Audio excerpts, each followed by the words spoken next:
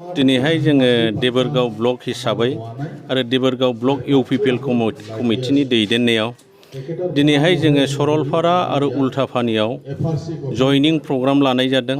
जयनिं प्रग्रामजों लोगोसे जोंहा मानगोनां प्रमद बर' चिफ सारनि जे नेतृत्वआव जे मोनफ्रोमबो समस्तियाव सुजित नार्जारि मेम'रियेल अडिट'रियाम लुफुंनायनि थाखाय जे थांखि लादोंमोन बेखौ गायसननायनि थाखाय जे जोंनि देबोरगाव समस्तियाव मोनसे हरनाय जादोंमोन बेखौ जोङो सरलपारायाव जोङो लानाय जादों।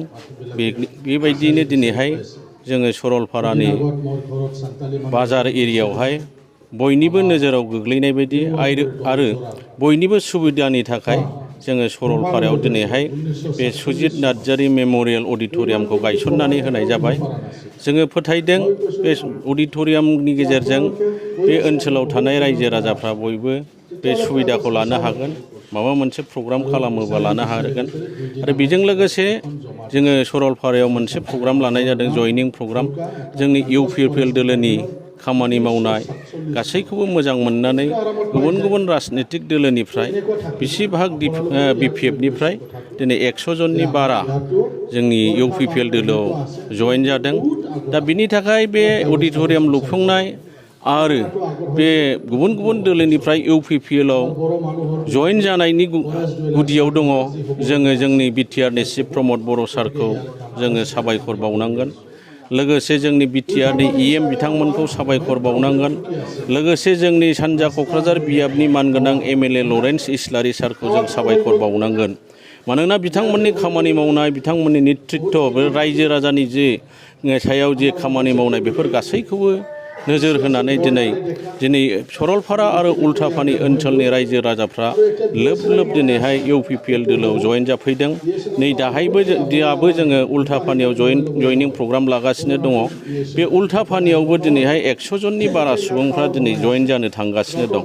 दिनैहाय जोङो साफ्रोमबो जोंनि दोलोआव जयेन जानाय गोदान सुबुंफोरखौ जोंनि न'खर इउपिपिएल न'खर हिसाबै साफ्रोमखौबो बरायनानै लादों आरो बिथांमोनहा जोंजों लोगोसे थानानै बिथांमोनहा खामानि मावलांगोन आरो जोंबो आसा खालामदों आरो जोंबो खोथा होदों हानायखिनि जोंबो बिथांमोननि दुख सुख, बिथांमोननि अभाब अभिजगफोरखौ सुफुंनो थाखाय जोङो जानजि खाफ्रादों, आखायाव लादों। आरो दिनैहाय जोंनि मानगोनां एमएलए सार दंफैयो।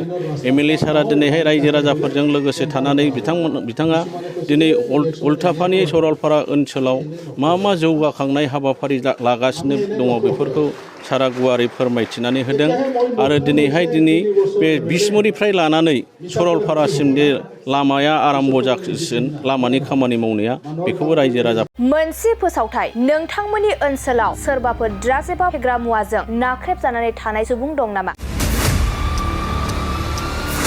जुदि नोंथांमोननि ओनसोलाव सोरबाफोर ड्राग्स एबा फेग्रा मुवाजों नाख्रेबजानानै थानाय सुबुं दं, अब्ला नोंथांमोननि थाखाय मोनसे मोजां खौरां। ड्राग्स एबा फेग्रा मुवाजों नाख्रेबजानानै थानाय सुबुंफोरखौ फाहामथाय होनो थाखाय नोंथांमोननि गेजेराव लानानै फैदों मोनसे रिहाबिलिटेसन सेन्टार।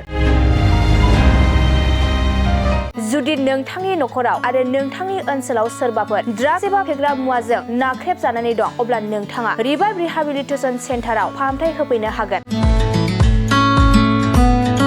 मंगलदै सेनं बामुनपारा दरंआव थानाय रिहाबिलिटेसन सेन्टाराव नोंथाङा ड्राग्स एबा फेग्रा मुवाजों गोदोसोनानै थानाय सुबुंफोरखौ फाहामथाय होफैनो हागोन। नोंथाङा नोंथांनि ओनसोलनि फेग्रा मुवाजों गोदोनानै थानाय सुबुंफोरखौ बे रिहाबिलिटेसन सेन्टाराव फाहामथाय होनानै सासे राफोद आरो मोजां सुबुं खालामनो हागोन। गोबां बाथ्रा मिथिबावनो थाखाय नोंथाङा 9859262926 60030927096 नैबे होनाय जानबुं नम्बराव खौरां लानो हागोन।